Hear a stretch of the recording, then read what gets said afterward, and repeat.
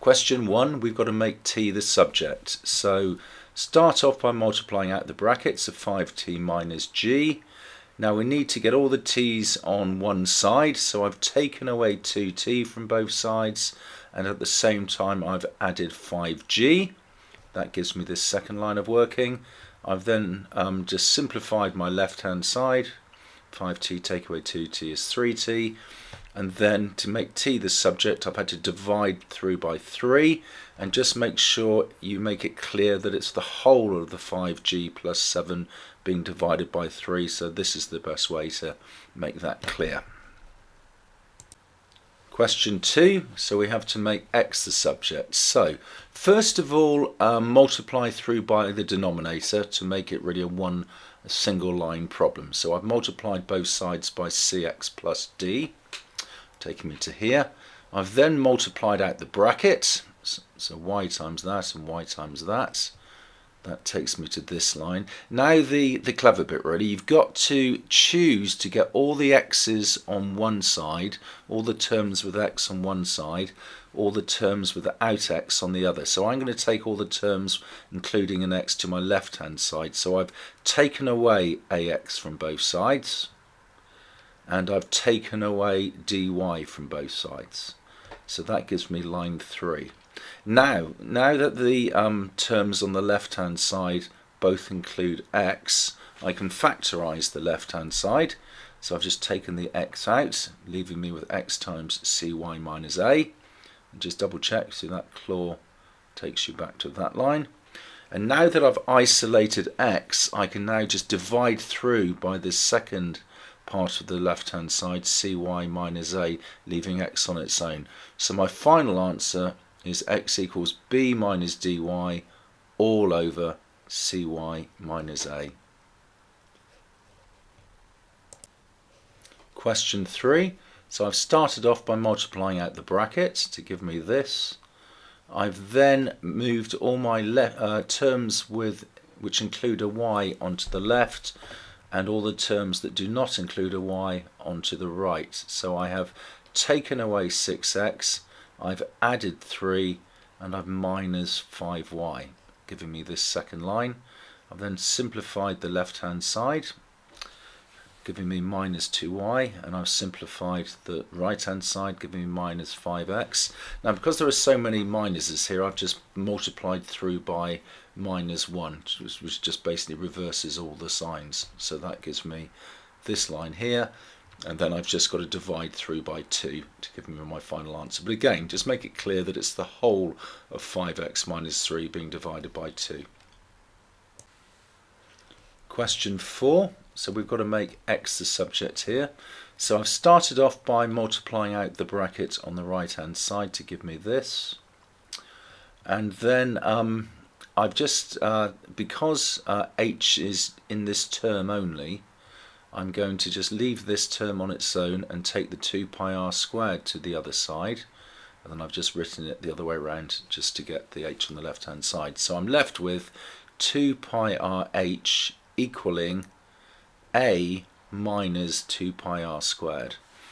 Now I've nearly isolated h, I've just got it down to a single term now. So if I now just choose to divide through by 2 pi r, I get this as a final answer.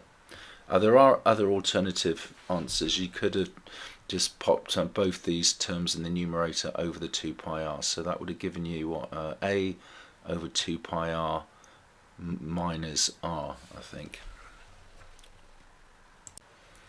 Question 5, got to make r the subject.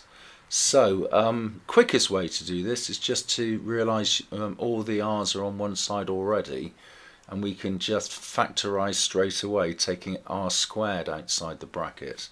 So that leaves me on the right hand side with r squared bracket 4 minus pi close bracket, because those claws take you back to where you started. So nearly there. So divide through by this second part. So divide both sides by 4 minus pi. And then just to isolate r on its own, we need to undo the squaring by square rooting, but we've got to square root the whole of the right hand side. Just make sure you include a huge square root sign, so it's very clear that you're square rooting all of this and not just the numerator. Question 6. So the first thing to do here is to undo the square root. So we square both sides. And now, the easiest thing to do now, or really what you have to do now, we want to really make the problem a one-line problem. We want to get rid of this algebraic fraction. So to undo this dividing by n, we choose to multiply both sides by n, giving me this. Now, because I'm trying to make n the subject, I need to get all the terms including n on one side and all those without on the other. So to take all the terms including n to the left, I'm just going to choose to take away n from both sides. That then means that because all the terms with n are on the left, I can just factorize the left hand side, taking the n outside the brackets, and then I can choose to divide through by the second part, the t squared minus 1, giving me this. Question 7. Well, the cube of 4 is just 4 cubed, obviously, which is 4 times 4 times 4, which is 64. Now, 3 times 3 times 3 times 3 times 3, we're 5 threes there, so that's 3 to the power of 5. And then for part C, just following the index laws, when we're multiplying, we add the powers, so the numerator becomes 7 to the power of 14. And then when we're dividing, we subtract the powers, giving us 7 to the power of 8. Question 8. So we have to apply this power of 3/4. So first of all, I'm going to take the fourth root, and then secondly, I will cube. So the fourth root of 16 is what we're saying to ourselves, what number times itself times itself times itself again gives us 16, and that's 2. And then with regard to the power of 8, we're really saying it's 8 times a quarter. We're looking at the denominator here, which is 2. So the fourth root of 16y to the power of 8 is 2y squared. So I've dealt with the denominator. Now to do with the numerator, I've just got to cube both of these. 2 cubed is 8, but y squared cubed is y squared times y squared times y squared. When we're multiplying, we add the powers, so that's y to the power of 6. Now for part B, the trick is to make all the big numbers the same. So we've got a 2 to the power of p, 2 to the power of n, so we need to convert this second term on the left to 2 to the power of something. Well, 8 is 2 to the power of 3, so 8 to the power of q is the same as 2 to the power of 3 to the power of q. So that's the starting point. So now we're nearly there now, because we've got all our big numbers being 2. Now, because here we've got 3q, so we've got 2 to the power of p times 2 to the power of 3q equaling 2 to the n. So just focusing on the powers now, so really equating the powers. Remember, when we multiply, we add the powers, so we've got p add 3q equaling n, so n equals p plus 3q. Question 9. So when we're multiplying, we add the powers, 2 to the power of 9.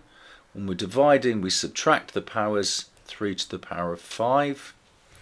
So here we're saying we've got, we start off looking at the denominator. When we're multiplying, we add the powers. So we're saying, so we've now got 5 to the n divided by 5 to the power of 10 equals 5 to the power of 3. So I've just done it, well, you can probably just do it just by sight. When we're dividing, we subtract the powers, we need to get 3, so n has to be 13. 13 take away 10 is the 3. But the way I've set it out here is I've multiplied both sides by 5 to the power of 10, and then we're multiplying, we add the powers, 5 to the power of 13, so n equals 13. Question 10. So we've got 6 to the power of 5, 6 squared, and 6. Well, 6 is 6 to the power of 1. When we're multiplying, we add the powers. 5 add 2 add 1 is 8. Part 2. Where we've got a power within inside a bracket, then a power outside the bracket, really the shortcut way is just to multiply them together. 7 2s are 14. Because when you think about it, this is squared. So it's 9 to the power of 7 times 9 to the power of 7. When you're multiplying, you add the powers. 7 add 7 is 14. I think this one had cropped up a bit earlier on, hasn't it? It was a similar one. So we need, if we multiply both sides by 5 to the power of 6. We're left with, that gives us the right hand side. 5 to the power of n times 5 to the power of 3. When we're multiplying, we add the powers, so that's n plus 3. So we've got 5 to the power of n plus 3 equaling this. Again, when we multiply, we add the powers. 6 and 4 is 10. So n plus 3 equals 10. So n equals 7. Question 11. This gives us 3 to the power of 5. When we multiply, we add the powers. So 5 and 9 is 14. When we subtract, we take away the powers. 14 take away 6 is 8. Question 12. Multiplying, we add the powers. 8 add 7 is 15. Just dividing through, well, 12 divided by 3 is 4. Then with regard to the g to the power of 10 divided by g squared, when we're dividing, we subtract the powers. 10 take away 2 is 8. Part C, write down the value of m to the power of 0. Well, anything to the power of 0 is 1. Part D, so this power of 2/3 we do in two parts. First of all, consider it as being a third, and then secondly, consider squaring it. So first of all, I'm going to take the cube root of each of these two. Cube root of 27 is 3, because 3 times 3 times 3 is 27. And then, as I said, think of this as being a third to start with. 6 times a third is 2, so that's x squared. So that's dealt with the denominator, so really the third component. We're now dealing with the squared, so we have to square both of these. 3 squared, or 3 squared is obviously 9. X squared times x squared is x to the power of 4. Question 13. So our length ratio is 2 to 6, which simplifies to 1 to 3. Now the area ratio is always the length ratio squared. So 1 squared is 1 and 3 squared is 9. So our area ratio is 1 to 9. We're told the area of the smaller ticket is 7. So given the area ratio is 1 to 9, the area of the bigger ticket has to be 9 sevens are 63. Question 14. So the side the two shapes have in common is the 5 and the 8. So the length ratio from the smaller shape, which I'm calling A, to the bigger shape is 5 to 8. Now we're being asked to calculate the length of AZ. So AZ is the bigger side compared to AE being the smaller side. So the ratio is 5 to 8, as we set up here. We've got the smaller side being 4. We're looking to find the bigger side, so we just apportion that up accordingly. So we take the 4, we divide it by 5, we times it by 8, giving us 6.4. Now, secondly, we've been asked to calculate the length of BC. Now, BC is the smaller side, so we're going to be going the other way. The bigger side is 6. So we're going from 6 for the bigger side to the smaller side. Again, the ratio is 8 to 5, so we take our 6, we divide it by 8, times by 5, giving us 3.75. Right, now for part C, we're being asked to calculate the area of the shaded region. So, first thing we need to do is work out the area ratio. Well, the length ratio is 5 to 8. The area ratio is going to be those squared, so 25 to 64. Now we're told that the area of the AWXYZ, so the bigger shape is 52.48. So the area of, work out the area of the smaller shape, we're going to take our 52.48, divide it by 64, and multiply that by 25. Giving us an answer of 20.5. So the area of the smaller shape is 20.5. So the area of the shaded part is going to be the area of the bigger shape, 52.48, less the area of the smaller shape, 20.5, which is 31.98. So just make sure you pick up the fact we're looking for the area of the shaded region, not the area of the smaller shape. Question 15. So we've got, we're told that OF equals 3 OA. So OF is 3 lots of OA. So our ratio of shape from the smaller shape to the bigger shape is 1 to 3. Our length ratio is 1 to 3. So therefore our area ratio, being the length ratio squared, is going to be 1 to 9. Now we're told the area of the smaller shape is 4. So the area of the bigger shape, the big hexagon, is going to be 4 nines of 36. So what's the area of our shaded part? Well, it's going to be the area of the whole of the big hexagon, take away the area of the small hexagon. 36 take away 4, which is 32. Question 16. So our length ratio from L to M is 8 to 20, which simplifies down to 2 to 5. Now we're being asked to work out the height of prism M. So following this ratio, if the height of the smaller shape is 3, the height of our bigger shape, we're going to divide that by 2, multiply it by 5 to give us 7.5. Now part B is all about volume, so we need to have the volume ratio. So if the length ratio is 2 to 5, the volume ratio is 2 cubed to 5 cubed, which is 8 to 125. So our volume ratio for L to M is 8 to 125. Now we're told that the volume of M, the bigger shape, is 1875. So we need to work out the volume of the smaller shape. Well, you can either sort of look at it proportionally, vertically or horizontally. So you can either note that we're going from here to here as timesing by 15. So do 8 times 15, like I've done, to get your 120. Or alternatively, you might have taken your 1875, divided it by 125, timesed it by 8. That will also give you 120. Question 17. So here we're told the volume ratios as a starting point. So the large bottle to the small bottle, the volume ratio is 2000 to 500. Now that simplifies down, if you divide both by 500, to 4 to 1. Now to move from the volume ratio to the length ratio, you've got to take the cube root. Cube root of 4 is the cube root of 4, cube root of 1 is 1. Now I'm told that the height of, I've been asked to work out the height of the smaller bottle. Well, the height of the larger bottle is 32.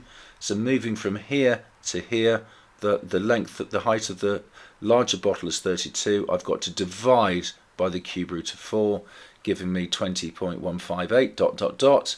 which rounds to 20.2 to 3 significant figures. Question 18. A to B, well here we're given the surface area, the area ratio to start with, of 120 to 750. So just simplifying this by dividing through by 10, I've got the area ratio of 12 to 75. Now I'm being asked to work out a volume, so I need to move from the area ratio to the volume ratio. Now to do that, you've got to do 2 steps. First of all, you've got to go area to length by square rooting. So that gives me the square root of 12 to the square root of 75. And then to move from the length to the volume, you've got to cube. So my volume ratio is 12 to the power of 3 over 2 to 75 to the power of 3 over 2. Remember, 3 over 2 as a power is square rooting and then cubing. And that's what I've done. I've square rooted to get to length and then cubed to get to volume. Now I'm told the volume of my larger vase is 1600. So to work out the volume of vase A, I've got to divide by 75 to the power of 3 over 2 and then multiply by 12 to the power of 3 over 2, giving me 102.4. Question 19. Correct the nearest millimetre. The length of the side of a regular hexagon is 3.6. Calculate the upper bound for the perimeter. Well, the upper bound for the length is going to be 3.65.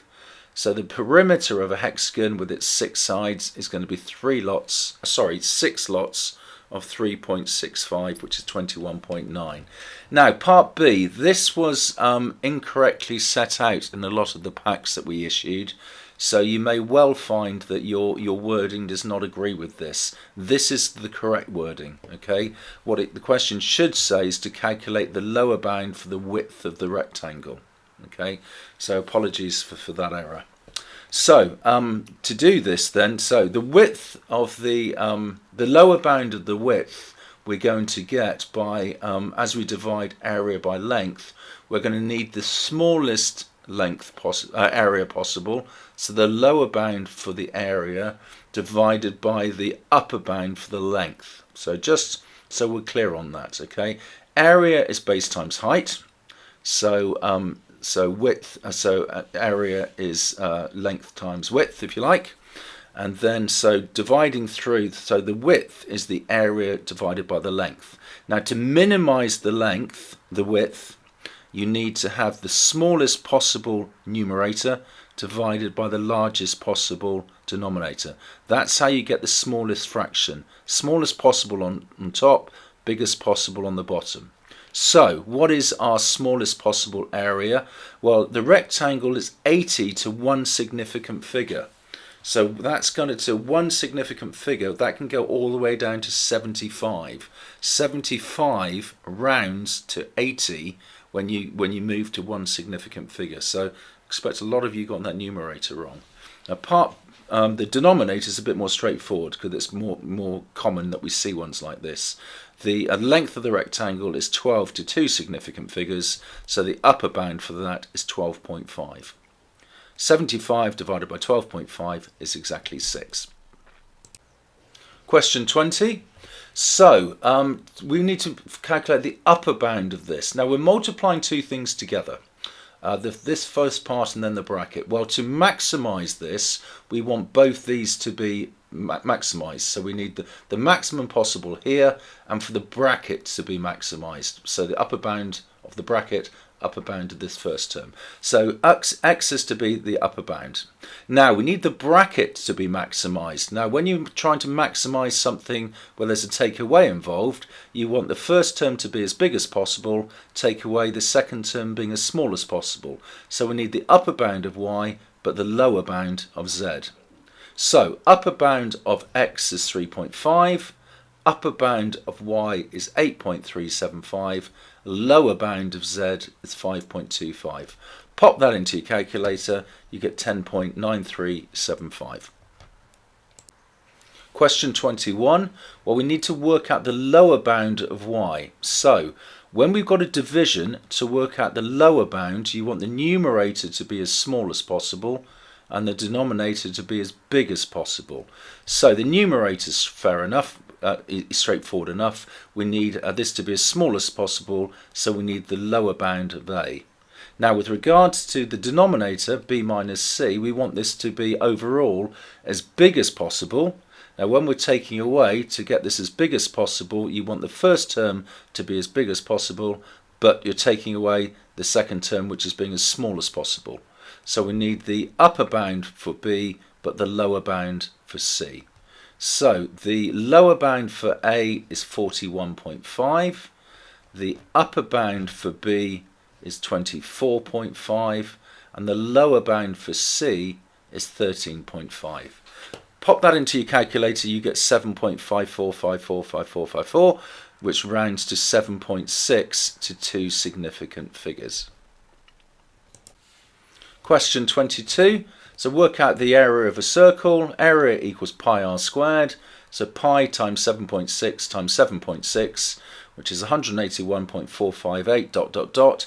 So 181 to three significant figures.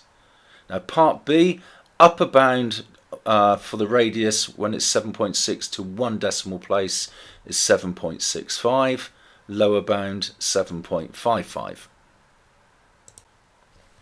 Question 23. So we're being asked to work out the lower bound for the speed, and a speed equals distance over time. So to work out the lower bound for the speed, when we've got a division and we want to find the lower bound overall, we need the numerator to be as small as possible and the denominator to be as big as possible. So the distance is 63.5, correct the nearest 0.5 kilometers.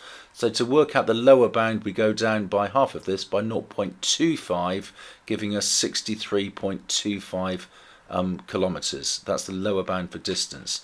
Now we need to work out the upper bound for time. I've written lower bound there, but I should have, what I meant to write was upper bound. That should be the upper bound for time. The upper bound for time. So the upper bound for time, so it's 45.8 minutes correct to 1 decimal place. So the upper bound is going to be 45.85 minutes. Now that's minutes. We need it in hours, as we're working out kilometers per hour, noted both here and in the units. So to convert 45.85 into hours, we divide it by 60, which is 917 over 1200. So our upper bound for time is 917 over 1200. Pop this into our calculator, we get 82.7699 ... which is 82.8 to 1 decimal place. Question 24, we're asked to work out the total surface area of this cylinder. So, total surface area, well, the top and the bottom are both circles. So we have 2 of those, so we've got 2 lots of the area of a circle, which is pi r squared, so pi times 11 squared. And then we've got to add on the curved surface side. Now the length of this rectangle, the area of this rectangle is the circumference of the circle multiplied by 30. Now the circumference of the circle is pi times diameter, so pi times 22. So that rectangle is pi times 22 times 30. Now if we pop both of these into our calculator, adding them together, we get 902 pi, which is 2833.7 ... So to 2 significant figures, that is 2,800. Now the height is 30 correct to the nearest centimetre, so the lower bound is going to be 29.5 and the upper bound is going to be 30.5. Question 25. So to work out the upper bound of this overall, we want the numerator to be as big as possible and the denominator to be as small as possible. So the upper bound for A, now the denominator overall has got to be as small as possible. Now when we're taking away and we want overall to be as small as possible, we want the smallest possible number to start with, take away the biggest possible number following that. So the lower bound for B, upper bound for C. So upper bound for A is 58.5, lower bound for B is 27.5, upper bound for C is 18.5. Pop that into your calculator, you get 6.5. Question 26. So we want to calculate the lower bound for the surface area of the cube. Now to do that, we're going to want to have the smallest possible length to work with. So the smallest possible length is going to derive from starting off with the smallest possible volume.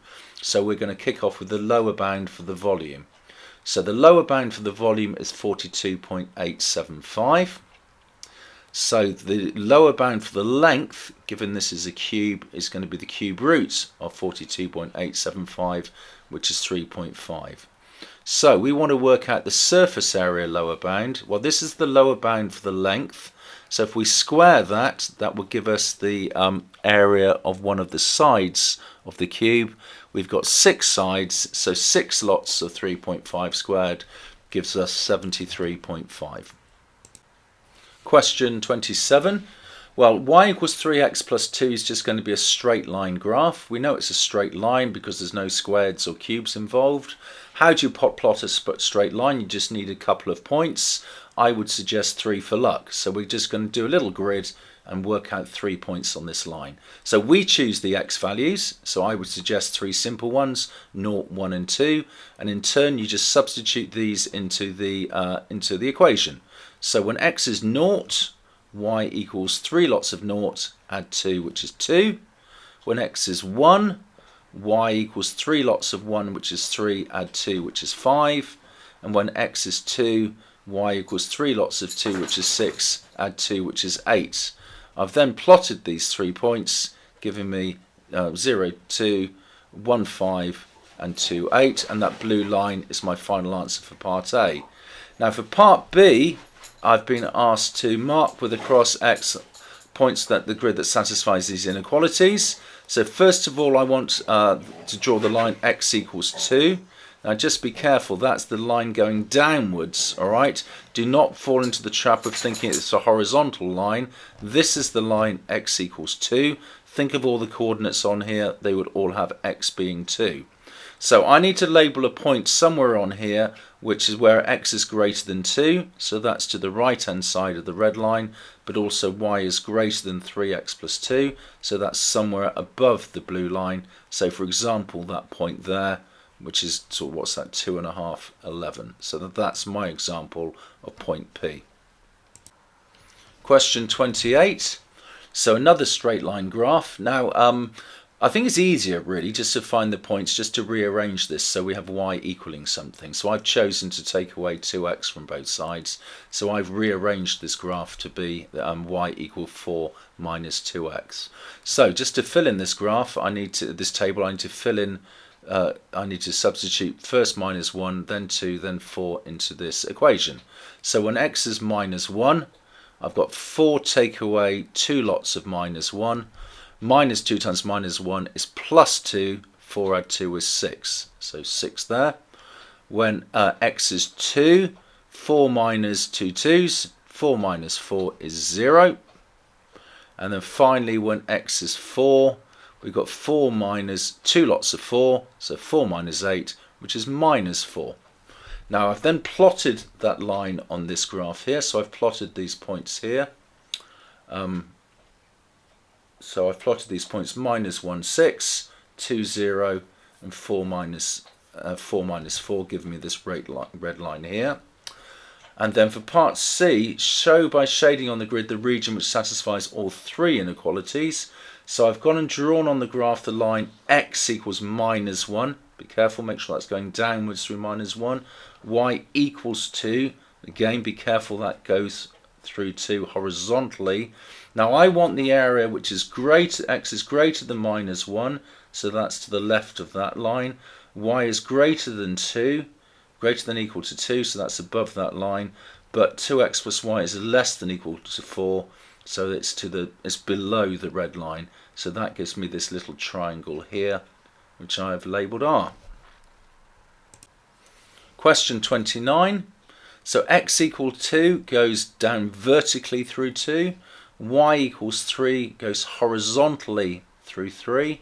And then to draw the straight line y equals 3x plus 2, I've generated 3 values over here, 3 coordinates over here. I've used the x values 0, 1 and 2, and in turn I've just substituted those into the equation. When x is 0, y is 2. When x is 1, 3 lots of 1 is 3, add 2, y is 5. And then when x is 2, 3 2's is 6, add 2, we've got 8. So then we just plot these 3 points. Okay. Then I've been asked to mark with a cross a point on the grid that satisfies both these inequalities. So x has got to be greater than 2. Okay, so that's the right hand side of the x equal 2 line. But y is greater than 3x plus 2. So this point has got to be above that line. So to the right of that line, above this line. So for example, 2.5, 11. Question 30. So on the grid, draw this line here, y equals minus 2x plus 4. So again, just choose 3 x values of your choice, 0, 1 and 2. Substitute in to get the y coordinates. So when x is 0, y is 4. When x is 1, so substituting 1 in here, we get minus 2, add 4, we get y being plus 2. And when x is 2, substituting 2 in here, we get minus 4 plus 4, which is 0. So I plot these 3 points to get my line, this blue line here, y equals 2x plus 4. Now in part B, I need to draw in the line y equals minus 4. That's a horizontal line through minus 4. X equals 1, a vertical line through 1. And I need to shade the region, which is where y is less than minus 2x plus 4. So that's below the diagonal line. y is greater than or equals to minus 4, so that's to the right of that vertical line, and x is greater than or equal to 1, so that's sorry, I think I just said the last one wrong. The y is greater than or equal to minus 4, that's above the minus 4 line, and x is greater than or equal to 1, that's to the right hand side of that vertical line, so that's giving me this big triangle here labelled R. Question 31. Find an equation for the find an equation for L. So y equals mx plus c is my starting point, so I need to find two things. I need to find c, which is where my line crosses the y-axis. Well, that crosses at plus 1, so plus 1 on the end. And y equals mx plus c. I need to find out m. I need to find out the gradient. Now, to work out the gradient, I just pop in a triangle of my choice, and then I divide the y step, so that's the height of the triangle, which is 4, by the x step, which is 2. 4 over 2 is 2. But because my line is going downwards, that gradient is minus 2. So my equation of the line is y equals minus 2x plus 1. So to recap, plus 1 is the c. That's where you're crossing the y-axis. And the minus 2 is the gradient. Downhill is minus y step over x step, 4 over 2, which is the 2 component, downhill, so minus 2. Y equals minus 2x plus 1. Question 32. Find an equation of L. So again, in your head, you're thinking y equals mx plus c. C is where the line crosses the y-axis. That's at minus 1. So minus 1 is our last bit of the equation. We now need to work out the gradient, the slope. That is y step over x step. So pop in a triangle of your choice. My height is 1. My base is 2. 1 over 2 is my gradient. The line is going uphill, so that's plus a half. So y equals a half x minus 1. Now for part B, find an equation of the line which is parallel to this and passes through the point 5, 4. So use the equation y minus y1 equals mx minus x1, where m is the gradient and x1, y1 is any point on the line. So for this particular question, because the line is parallel to L, it's going to have the same gradient as L. It's going to have the gradient of a half. So m is a half. And my x1, y1 is any point on the line. I'm given the point 5, 4. So my x1 is 5, my y1 is 4. So that's where I've substituted those in. y1 is 4, m is a half, x1 is 5. So we then it's just algebra from then onwards. So with the claw, multiply out the brackets, half x minus 2.5, and then add 4 to both sides. Y equals a half x plus 1.5. Question 33. So I've got to find an equation of a line. Now to find an equation of a line, I'm going to need to know two things. I'm going to need to know a point on the line. Well, I've got two of those, so that's not a problem. And I also need to know the gradient of the line. So here I'm not given the gradient, so my first step is to work out the gradient of the line between these 2 points. So just do a quick sketch roughly of these points. So here I've got my 1 minus 1 here, and my 4, 7 up here. Doesn't have to be accurate, but just make sure it's broadly right. So 4 is going to be to the right hand side of 1, and 7 is going to be above minus 1. So there are my 2 points, and then draw my triangle. Now my base of my triangle is going from 1 to 4, which is a base of 3. The height of my triangle is going from minus 1 to 7, which is a height of 8. Now my gradient is y step divided by x step, which is 8 over 3. It's going upwards, so that's plus 8 over 3. So my gradient is 8 over 3. So I can now answer the question because I know the gradient and I know a point on the line. In fact, I know 2 points on the line, but I'm just choosing to use this one because there's no negatives involved. So my m is going to be 8 over 3. My x1, y1 is going to be 4, 7. So using the formula y minus y1 equals mx minus x1, substituting in, my y1 is 7, my m is 8 over 3, and my x1 is 4. Oh, Sorry about that, ignore that. So, saying that again. So my y1 is 7, my m is 8 over 3, and my x1 is 4, giving me this. Now, a good tip here, particularly as we've got to end up with our answer being in integers, that's whole numbers, don't at this stage just do the claw, because that's just going to be giving you loads of fractions. Perhaps the good thing to do at this point is just to undo this dividing by 3 by choosing to multiply by 3 before we do the claw.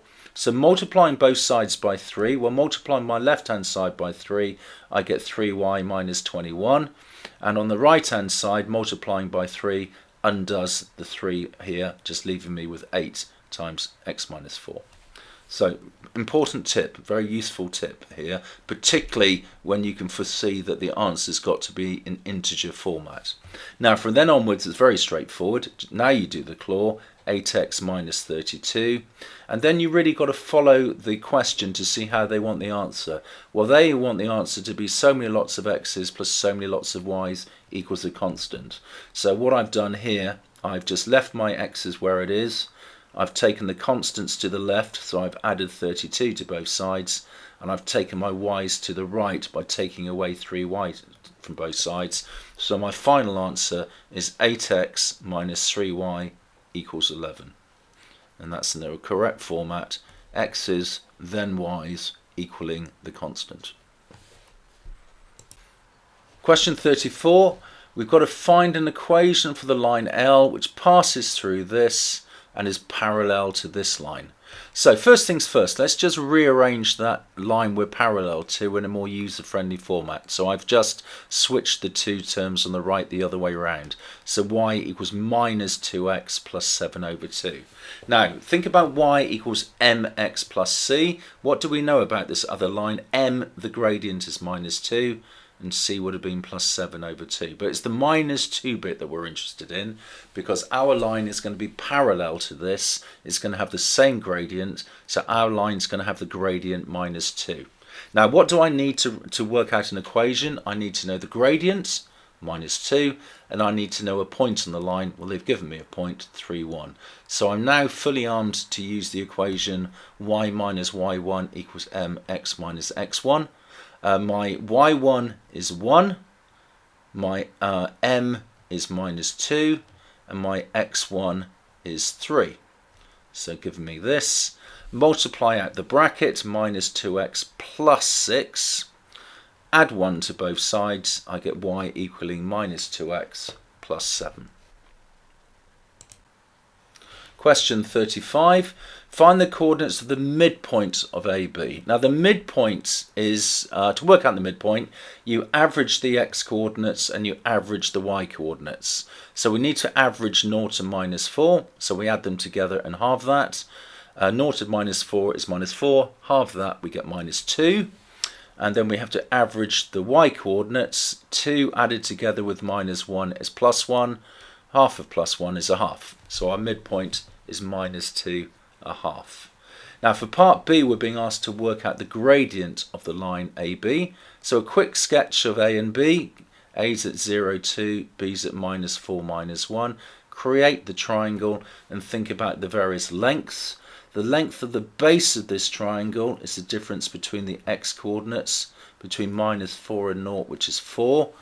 The height of the triangle is the difference between the y coordinates.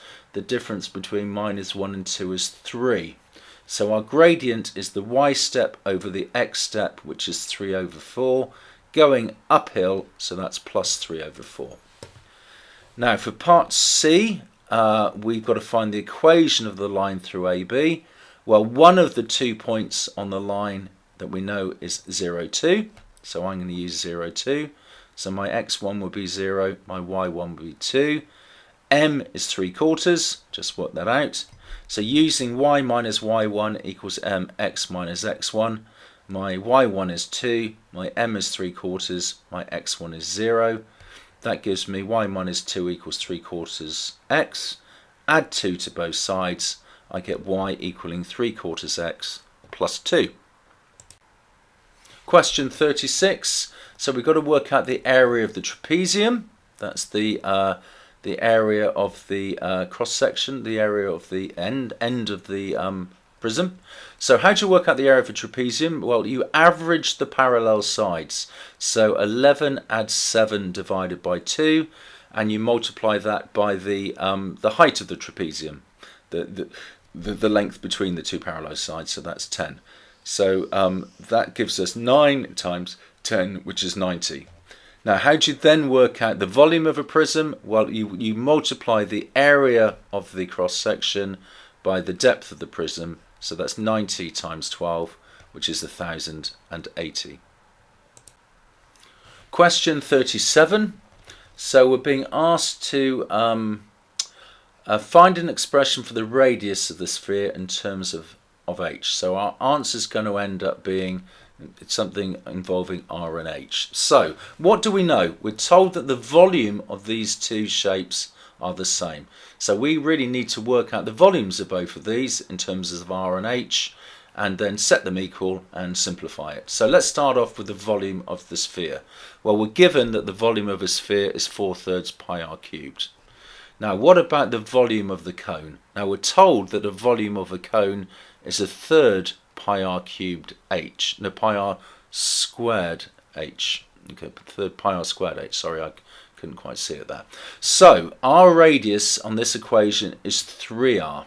Okay, because we're told the radius of the base of the cone is 3 times the radius of the sphere. So I've made the radius of the sphere r, so the radius of the base of the cone is 3r. So it's 3r squared. Now be careful, that's 3r all squared.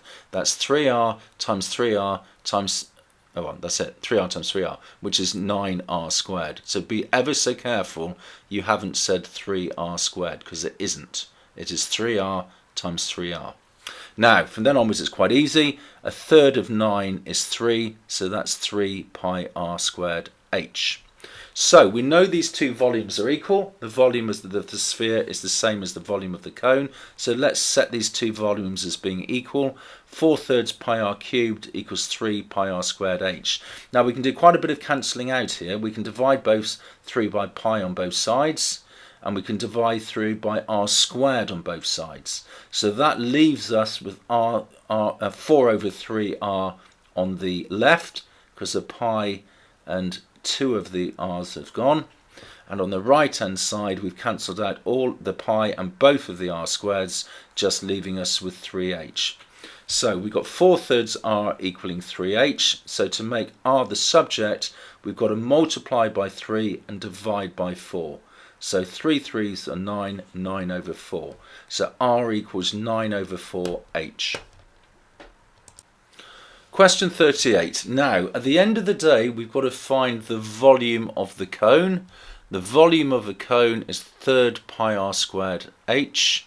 So we're going to, in order to be able to work out the volume, we're going to need to work out what the radius is and what the height is. So that's really our goal.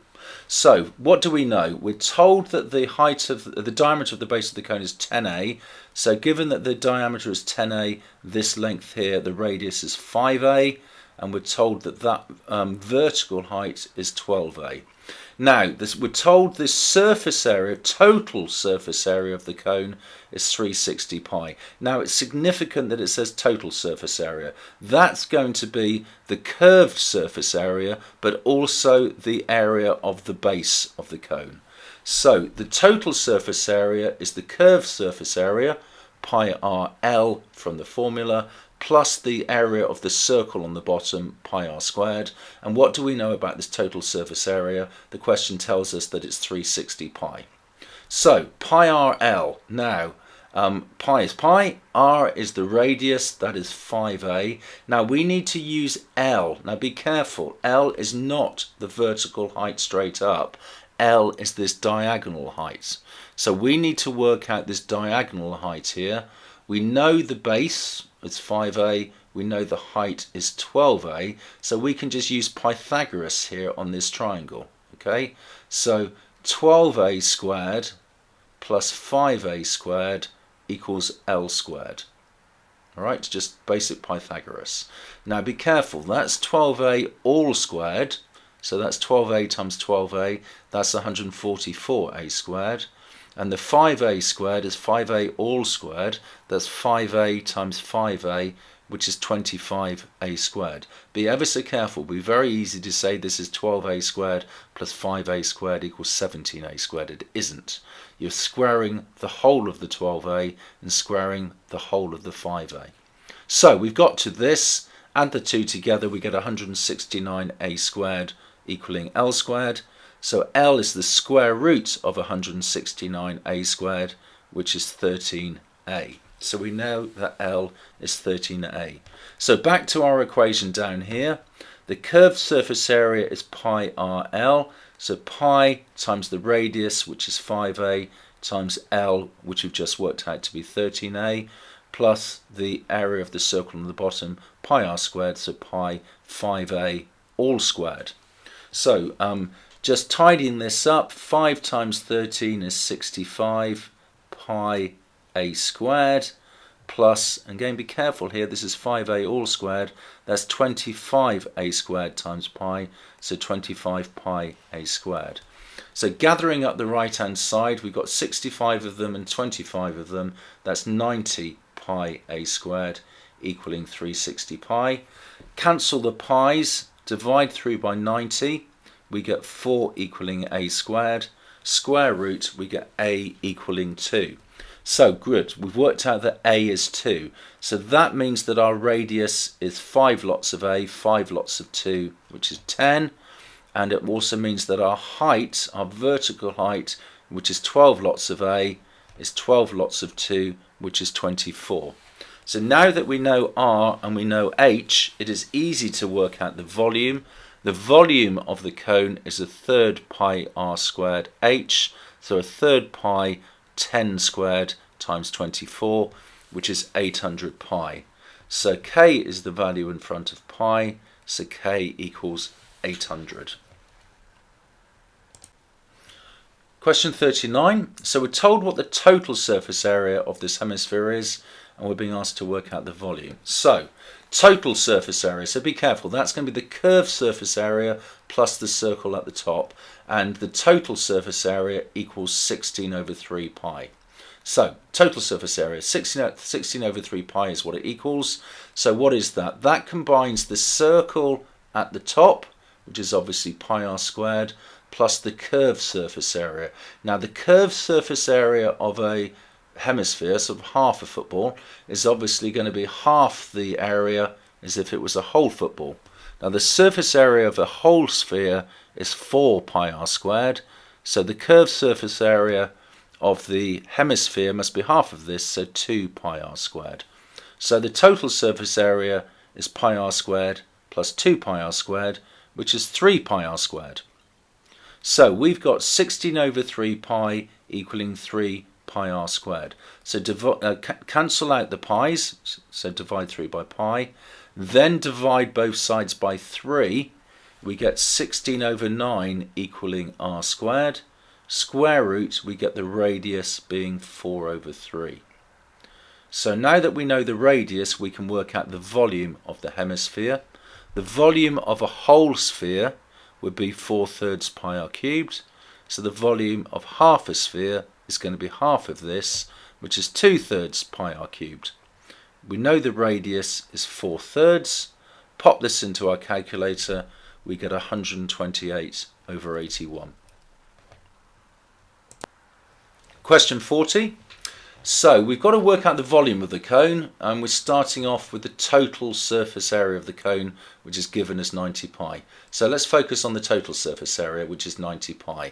This comprises the curved surface area, which from the formula is pi rl, plus the circle on the bottom, which is pi r squared.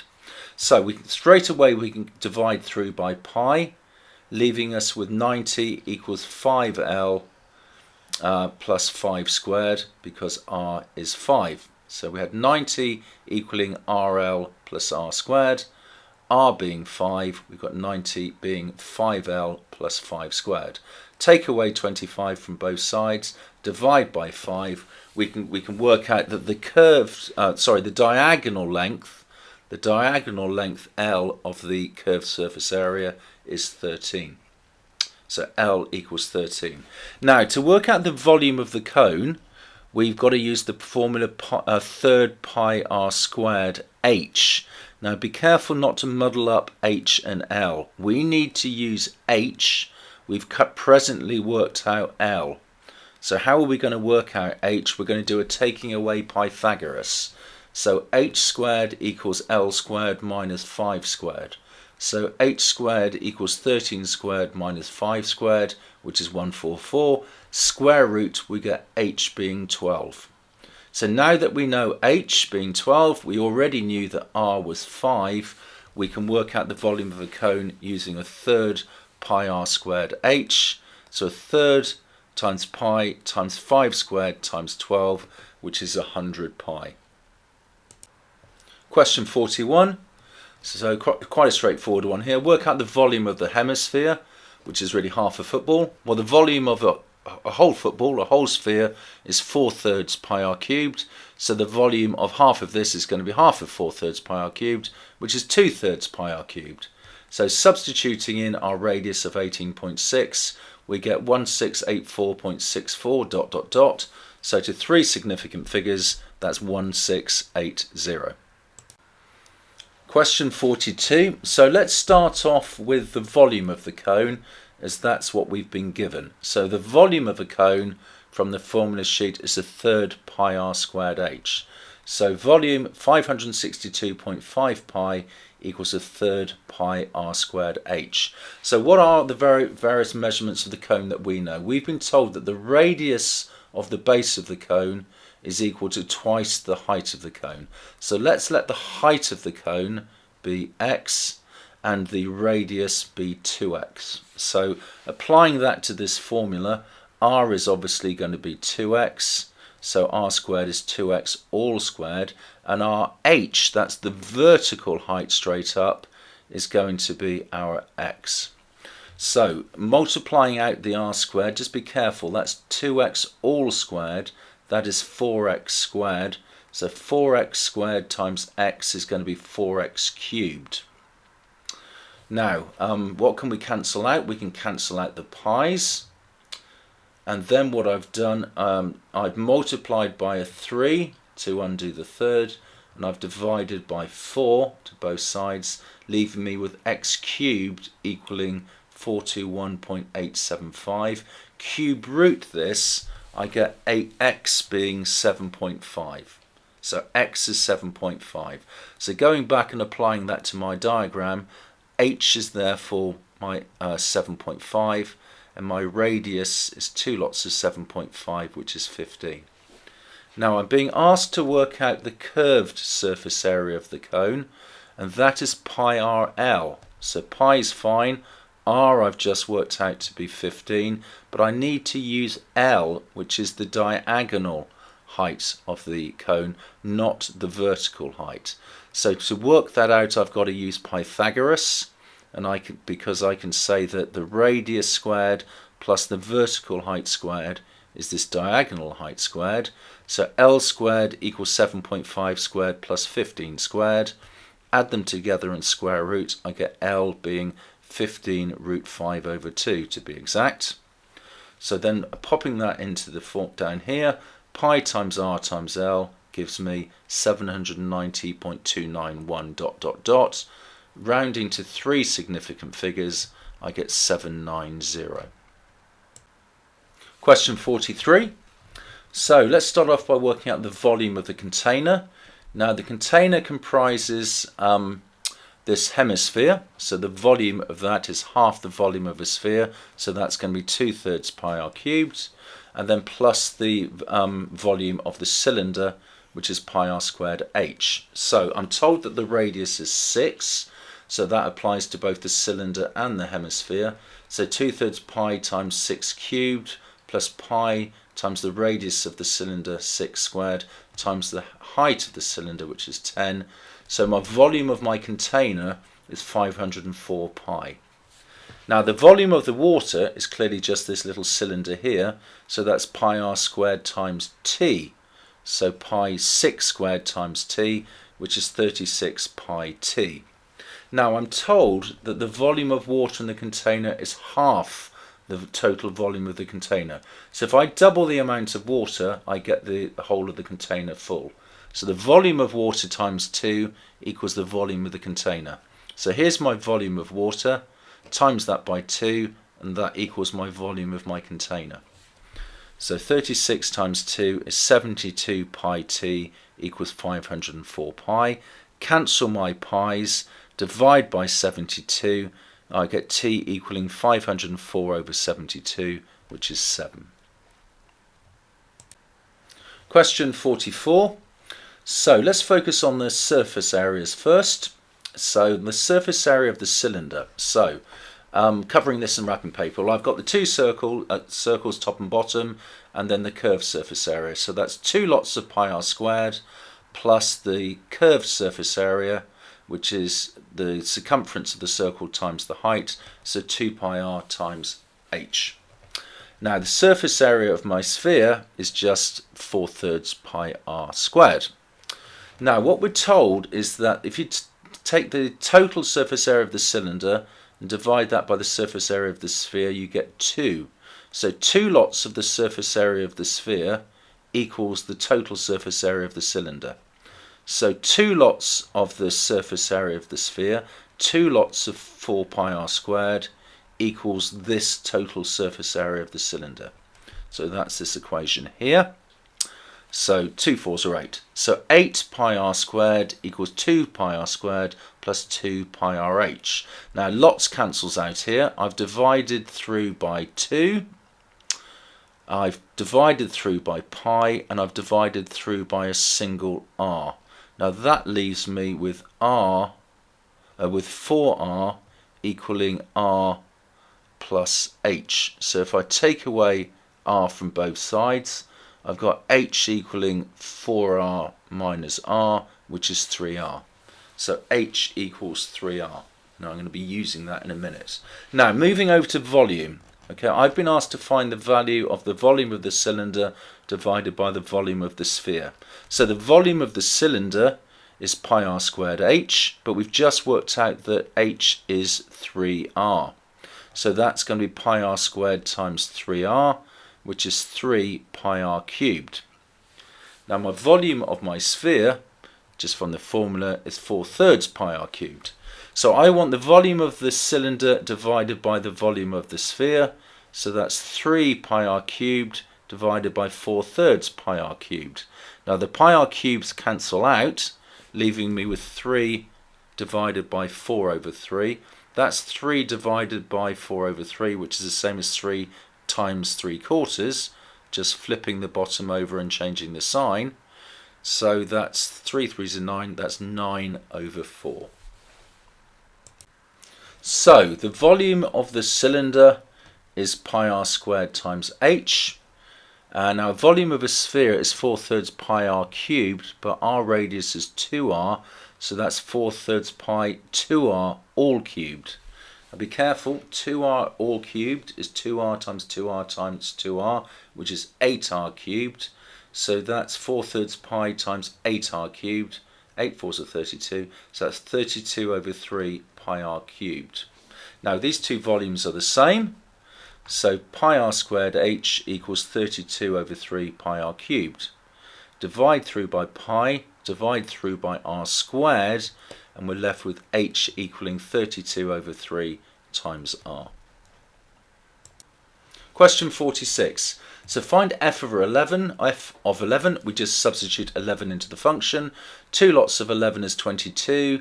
11 minus 1 is 10. 22 over 10 is 2.2. Now state which value of x must be excluded from any domain of f. So what values would just give us, any values really of the input would just sort of break the machine. You just would not be able to get an output. Now you cannot divide by 0. So what value of x will make this denominator 0? Well, that's when x equals 1. So x equaling 1 would have to be excluded from the domain. Okay, you cannot, if you pop 1 into this function, you do not get an output. Now find the inverse function of x. Now this is when we have to change the subject. So this is that rather peculiar business where we introduce y then take it out at the end just to help us change the subject. So let's set up y equaling 2x over x minus 1, and then we just follow through the algebra to make x the subject. So we undo this division, so we choose to multiply through by x minus 1. So y times x minus 1, which is xy minus y equaling 2x. Then we want to get all our terms involving x onto the left and all those not involving x onto the right. So I've taken away 2x and added y to give me xy minus 2x equaling y. I can then factorize the left hand side, giving me x times y minus 2 equaling y, and then divide through by y minus 2. So x equals y over y minus 2. Now remember, we've just introduced y to help with the rearranging process. Y is not part of the question. So our final answer, we have to say our inverse function is this, but with the y's being replaced by our input x. So our inverse function x equals x over x minus 2. Now state the value which cannot be in any range of f. Now anything that can't be in the range of f is is the same thing as can't be in the domain of the inverse function. So what value cannot be popped into this to give us an output? Again, what value of x will make the denominator equal to 0, because you can't divide by 0. That's x equaling 2. Question 47. Express the composite function gf. So this is when the f function is put into the g function. So f into the g. So two lots of 2x squared plus 1 all over 2x squared plus 1 minus 1. So multiply out the numerator, 4x squared plus 2. Simplify the denominator. These obviously cancel out, 2x squared. We can then divide through by 2. So we get 2x squared plus 1 all over x squared.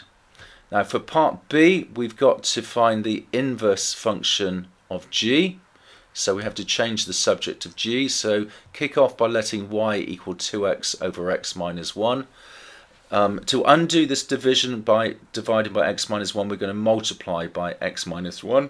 So y times x and y times minus 1 gives us xy minus y equaling 2x.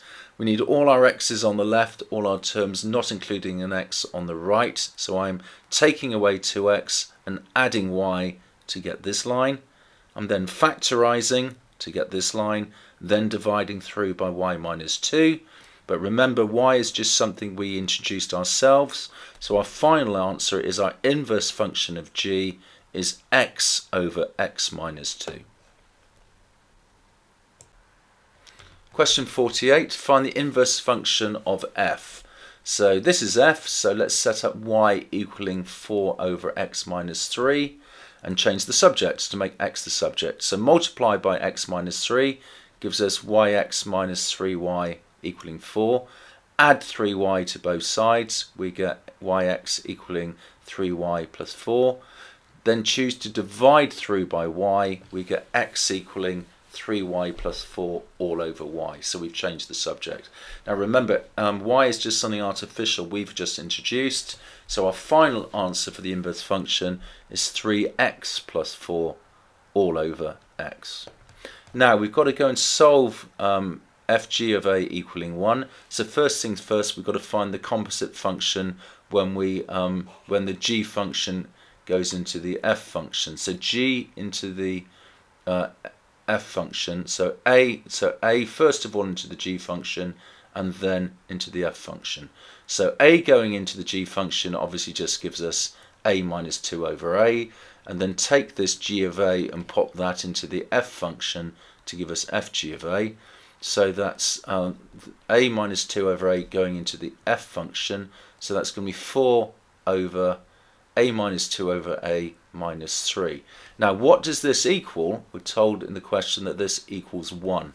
So we've got to solve this equaling 1. So multiply both sides by the denominator, gives me 4 equaling a minus 2 over a minus 3.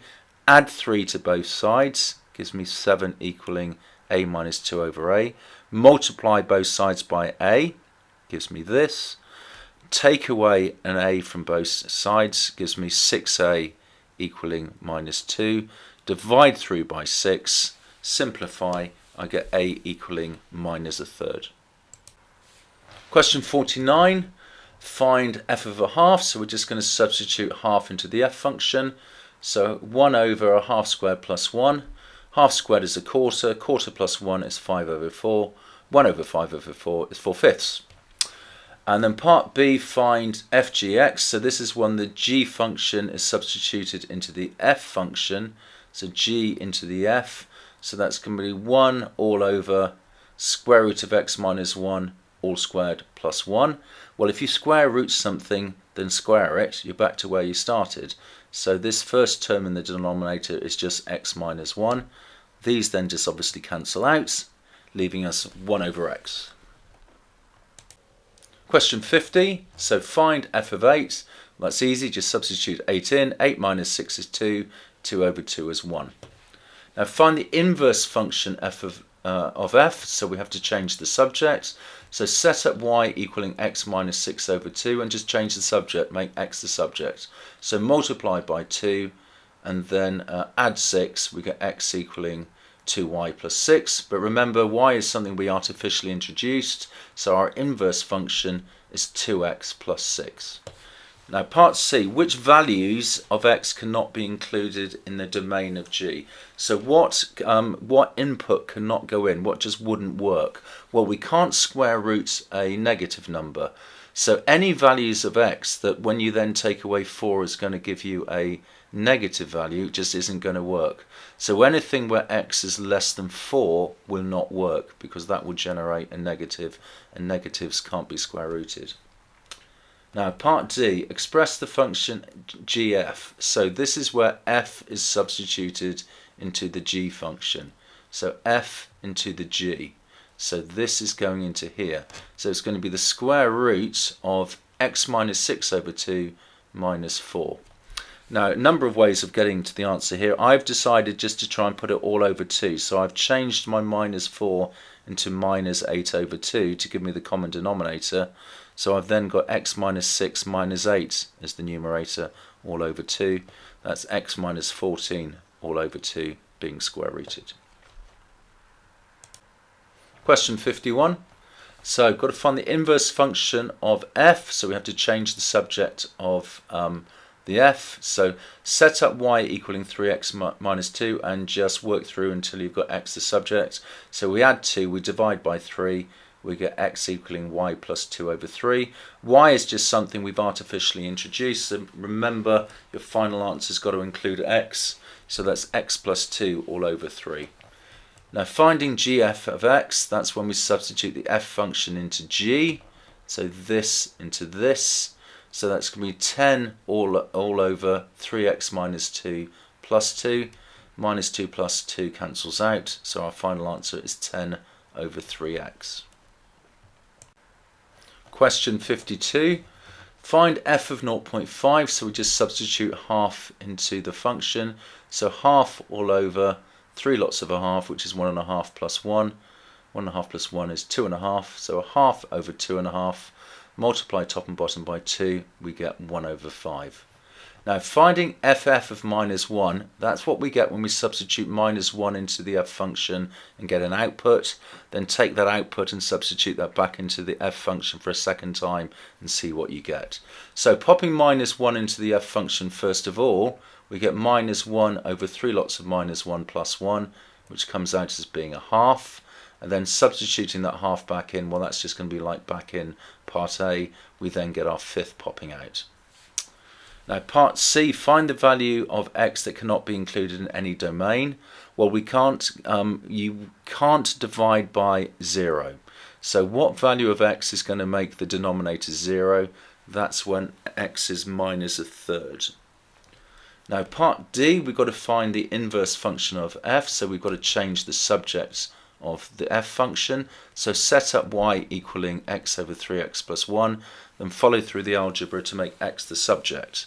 So multiply by the denominator, gives us 3xy plus y equaling x. Get all our terms involving x on one side, so I've just taken away 3xy from both sides.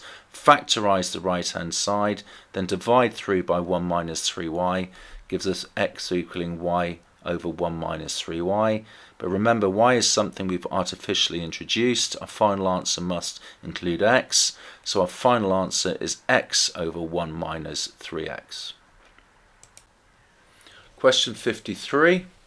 So use the information in the table to complete the histogram. So let's just see what's going on here. For example, with this first row. So remember, the frequency, so in this case the number of men, always is represented by the area of each of these bars. So 10 is the area of this first bar. You do that base and you times it by that height, you're going to get 10. That base is 0.04. Times that by the height of 250, you get 10. Same with the next one. Alright, that base there is 0.05 length, height of 240, that times that gives you 12. So what we're going to be saying for this final bar, this missing bar, we know this area's got to be 10. Now the base of this bar is going from 2.72 to 2.47, that's a base of 0.25. We know the height, we know the area is going to be 10. Base times height's got to equal 10. So our height's going to be 10 divided by 0.25, which is 40. So that's the height of this bar is 40. Now find an estimate for the number of these men with heights between 2.32 meters and 2.34. So 2.32 and 2.34. So that's within inside this bar here. Okay. So this is, so we're going to have, so what is the area between 2.32 and 2.34? Well, obviously the base of this small area is going to be 0.02. We're within this first bar here where the height is 250. So 0.02 times 250 gives us an estimate of 5 men. Question 54. So our starting point is really to be able to pop on some frequency density values to help us complete everything. So remember, the area of all these bars is equal to the frequency. So in this case, the areas of all of these bars are going to equal the number of runners. So we've got an incomplete table and an incomplete bar chart. We need to find one bit of compatible information, and look, we can see we've got the bar for between 50 and 60, and similarly we've been given the number of runners here. So we know the area of the bar for going from 50 to 60 is 12. So this area must be 12. Okay, so that's our starting point. That area is 12. Now the base of that rectangle is 10. Area is 12, so the height must be 1.2. So that's our way in. That's cracking the code. We can say that is 1.2.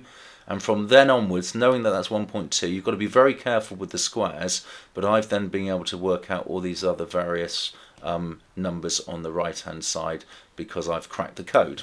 So I'm now able to fill in the various bits that I need to fill in. So firstly, I've got to fill in the table. So for between 40 and 50, I've got a base of 10, I've got a height of 3.0. Now that I've cracked the code, I can work out that height is 3. 3 times 10 is 30, so 30 runners. Now I've got to go and complete the other bars. So my first bar is going between 30 and 35. That's got to have an area of 12, because that's the number of runners. The base is 5. Now 5 times what gives me 12? So 12 divided by 5 is 2.4. So that's got to have a height of 2.4. So that's where I've gone there, because as I said, 5, base of 5 times height of 2.4 is my frequency, my area of 12. This bar here has got to add up to 20. The area's got to be 20. The base is 5, so the height's got to be 4. That's why that height's gone up to 4, because 5 4s are 20. And finally, this bar over here has got a base of 20. It needs to have an area of 16, so that's got to have a height of 0.8, because 20 times 0.8 equals 16. So that's filled in parts A and B. Now part C, runners who achieved a time between 37 and 48 were given a silver medal. Calculate an estimate for the number of runners who got the silver medals. So between 37 and 48. Now 37 is here. Now that means that 3/5, not those 2 bits there, but 3/5 of this bar will get the medal. From 37 onwards is, looking at the base, that's 3 squares out of 5. So 3/5 of these 20 will get the silver medal. 3/5 of these 20. Now we're going up to 48. Now that's going to be 8/10 of that bar, because that bar goes from 40 and 50. I want to go from 40 to 48. So that's 8/10 of that bar, so 8/10 of those 30. So the total number of silver medals is going to be 3/5 of the 20 plus 8/10 of the 30. That's 36 runners. Question 55. So work out an estimate for the total weight of these tomatoes. So 2 tomatoes weigh between 0 and 10, 8 tomatoes weigh between 10 and 20, and so on. Now we don't know how much these tomatoes actually weighed. That's where the estimating comes into the play. So the best we can do is just go straight down the middle and assume their weight was the midpoints. So put in a midpoint column, so 5, 15, 25 and so on, and then cross multiply. 2 tomatoes are weighing 5. 8 tomatoes are weighing 15 and so on. So cross multiply gives us these subtotals. Add all of these up, we get 1060 being the estimate for the total weight. Now for part B, we're told there are 10 potatoes with weights between 100 and 150. Now remember, with a histogram, the area represents the frequencies. So 10 potatoes is the area of this bar between 100 and 150. Now just think about a rectangle. Base times height equals area, so 50 times height equals 10. So this height here must be 10 divided by 50, which is 0.2. So that allows us to basically work out the numbers on this frequency column. I've established that this is 0.2, so I can work out all the other heights accordingly. Now I'm being asked to work out how many potatoes had weights less than 100 grams. So less than 100 grams. Well, now that I know this is 0.2, by carefully looking at the scale here, I can work out this height to be 0.08. So the area of this rectangle here is going to be a base of 100 times a height of 0.08, which is 8. Now I'm told for part C that 12 potatoes weigh between 300 and 450. So just do a little nick here to represent the 450, okay, and then I've got a base of 150. Now I've got to make this area 12. Well, I've got a base of 150. I need an area of 12. So what height is this bar going to be? Well, it's got to be 12 divided by 150 to give me a height of 0.8. So that's also at a height of 0.808. So the same height is over there. So just to clarify, the base of this rectangle is 150. The height is 0.08. Base times height gives you the area, which is 12. So basically, just make sure you've gone up 4 small squares for this bit of information on the histogram. Question 56. So calculate the percentage of the 32 pupils who spent more than 60 minutes on their homework. So spending more than 60 minutes on the homework, well, we can see only 6 spent more than 60 minutes on the homework. That's 6 out of 32. Changing that into percentage, 6 divided by 32 times by 100, that's 18.75%. Now part B, calculate an estimate for the total spent on homework. So it is an estimate because we don't know how long each of them spent. We know 7 spent between 0 and 20 minutes, 16 spent more than between 20 and 40 and so on. So, but the best we can do is just go straight down the middle and let's assume these 7 spent 10 minutes on the homework, these 16 spent 30 minutes and so on. So take your midpoints, cross multiply, add up all of those minutes, and we get 1120 minutes. Question 57. So calculate an estimate for the number of cars left in the car park between 4.5 and 8 hours. So between 4.5 here, put a dotted line up there, and 8 hours, put a dotted line up there. Now remember, with a histogram, the areas represent the frequencies. So the areas are representing the number of cars. So how many cars in this little part of a bar here between 4.5 to 5 So in this part here, well, the base of that part of rectangle is 0.5. The height is 160. 0.5 times 160 is 80. So that little area there, just to the right of that dotted line there, is 80. Now we're going to want all of these cars here, so that's going between 5 and 7, so that's a base of 2, a height of 50, 250s are 100, so 100 cars there, and then we want these cars in this bit here, so that's going between 7 and 8, a height of 25, so base of 1, height of 25, that's 25 cars, so 80 plus 100 plus 25, that's 205 cars. Question 58.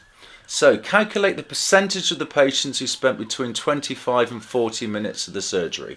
So let's first of all work out all these areas. So we've got to do lots of bases times heights. So base of 5, height of 10, 50. Another 5 times 10 is 50.